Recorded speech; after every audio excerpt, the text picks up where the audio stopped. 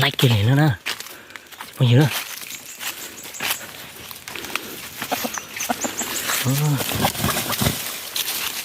lấy cái này nữa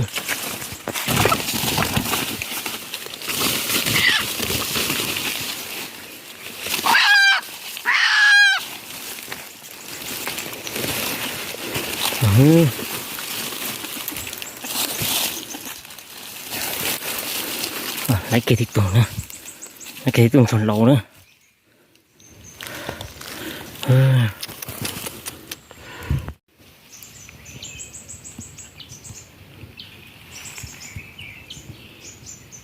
Nó nữa, bao cột tờ chỉ nhỏ hơn tí nó thôi ạ, cột tờ chỉ tồn tế đi nè.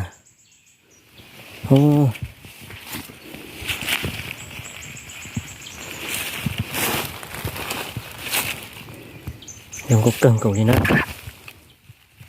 đừng có căng cầu đi nè.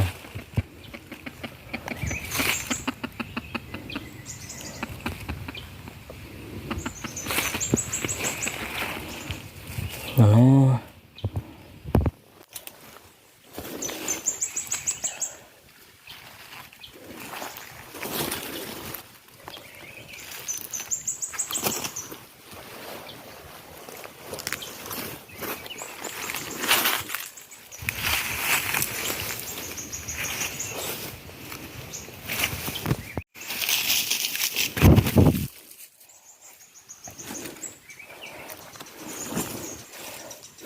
thoát chín đâu rồi cho khó thì cũng thay chỉ lấy thầu lần chờ trong này sai nè cho khó cũng sửa sót tông suy chị dù một đấy là chỉ thay chỉ lấy rồi thay chỉ lấy thầu lần chờ trong này sai nè số đại sót sai chả